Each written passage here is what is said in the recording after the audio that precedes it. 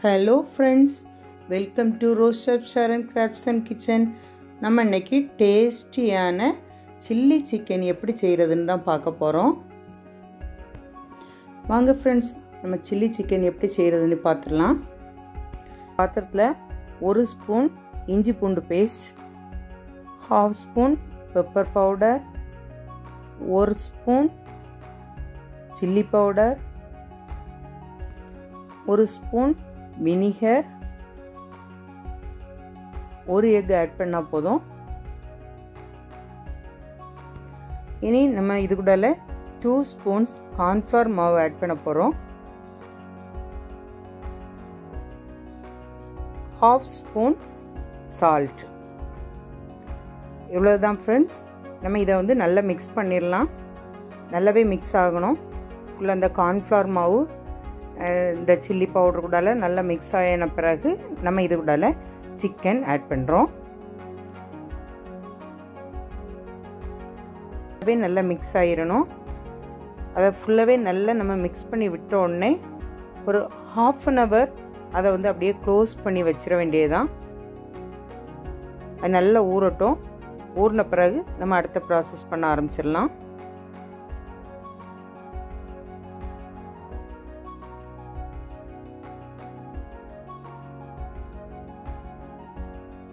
நம்ம 1/2 an hour wait பண்ணுறோம்ல friends. அந்த side கேப்பில் ஒரு மீடியம் சைஸ் பல்லாரி பெருசாக கட் பண்ணி வச்சுருக்கேன். அதே மாதிரி ஒரு தக்காளி, அதை நல்லா கிரைண்ட் பண்ணி எடுத்து வச்சுருக்கேன். கொஞ்சம் கேப்சிகம் கட் பண்ணி எடுத்து வச்சுருக்கேன். கொஞ்சம் இஞ்சி பூண்டு பேஸ்ட் எடுத்து வச்சுருக்கேன்.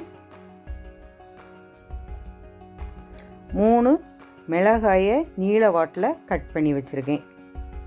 நம்ம நல்லா ஊற வச்சுருந்த சிக்கன் எப்படி ஊறி இருக்குன்னு பார்ப்போம். பாருங்கள் ஃப்ரெண்ட்ஸ், நல்லாவே ஊறி இருக்கு. உங்களுக்கு அந்த சிக்கனில் நல்ல லேயராக வந்திருக்கும்.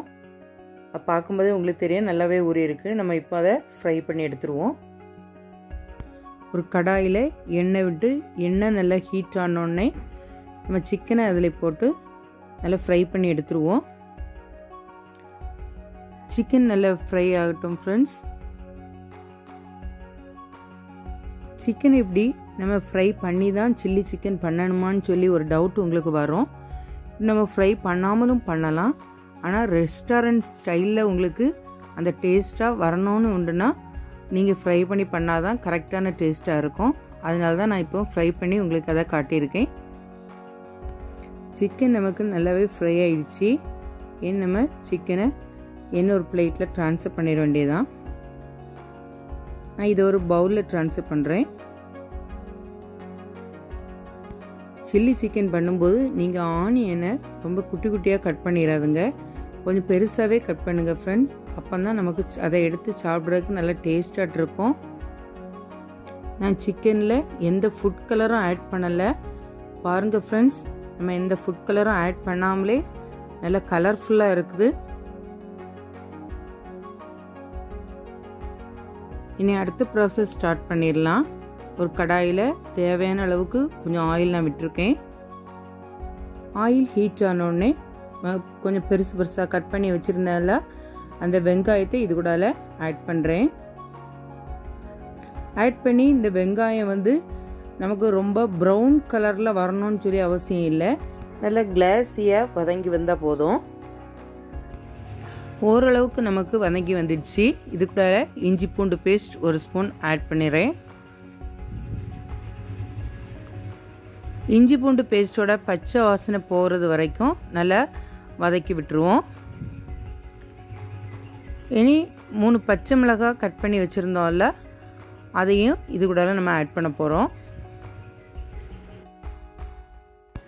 இந்த பச்சை மிளகாவும் நல்லா வதங்கி வந்த உடனே நம்ம கிரைண்ட் பண்ணி வச்சுருக்கக்கூடிய தக்காளியை இது கூட ஆட் பண்ணுறோம்.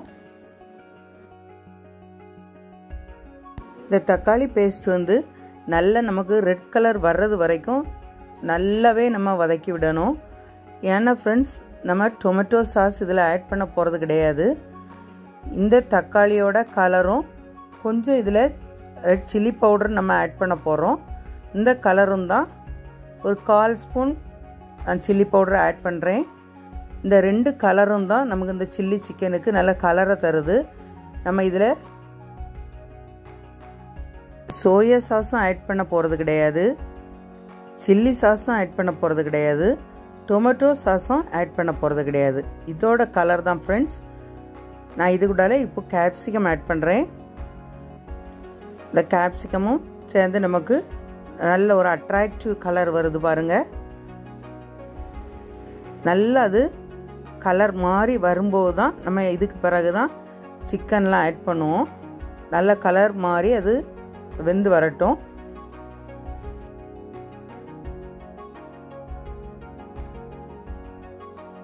நமக்கு மசாலா நல்லா வெந்து ரெடி ஆயிடுச்சு. என்ன ஃப்ரை பண்ணி வச்சுருக்கக்கூடிய இந்த சிக்கனை அதில் ஆட் பண்ண வேண்டியது தான். எல்லா சிக்கனையும் அந்த மசாலாவில் போட்டு நல்லா மிக்ஸ் பண்ணி விட்டுடலாம். இதில் போட்டிருக்கக்கூடிய மசாலா ஃபுல்லாகவே அந்த சிக்கன் அப்சர்வ் பண்ணுற மாதிரி இருக்கும்.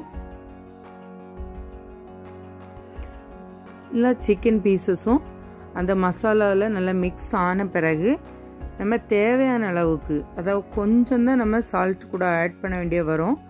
ஆல்ரெடி நம்ம சால்ட் போட்டிருக்கோம் சிக்கன் ஃப்ரை பண்ணும்போது, அதனால் கொஞ்சம் போல் சால்ட் ஆட் பண்ணிடுவோம். இனி 1 ஸ்பூன் கார்ன்ஸ்டார்ச் எடுத்து வச்சுருக்கேன். அதுக்கு கொஞ்சம் போல் தண்ணி விட்டு அதை நல்லா கரைச்சி எடுத்துவோம். அதையும் இது கூட ஆட் பண்ணிட வேண்டியதுதான். ஆட் பண்ணி நல்லா மிக்ஸ் பண்ணி விட்டுருவோம்.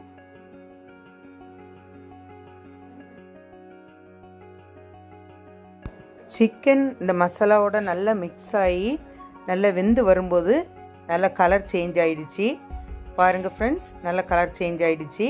இப்போ ஒரு 1/2 பவுல் வாட்டர் நான் இதில் ஆட் பண்ணியிருக்கேன். அது 1/2 கப் தான். இது எதுக்காக நான் ஆட் பண்ணியிருக்கேன்னு சொன்னால், கொஞ்சம் ட்ரையாக இருக்கிறனால கொஞ்சம் செமி கிரேவியாக வேணுங்கிறதுக்காக நான் 1/2 கப் வாட்டர் வந்து இதில் ஆட் பண்ணியிருக்கேன்.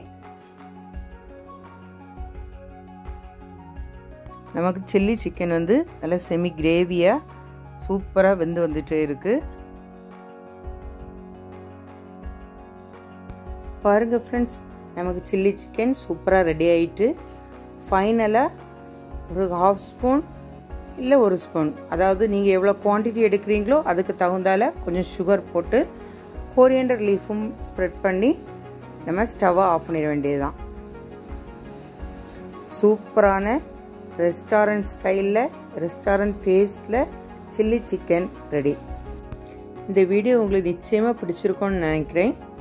நீங்கள் லைக் பண்ணுங்கள், கமெண்ட் பண்ணுங்கள், மறக்காமல் ரோஷப் ஷேரன் கிராஃப்ட்ஸ் அண்ட் கிச்சன் சேனலில் சப்ஸ்கிரைப் பண்ணுங்கள்.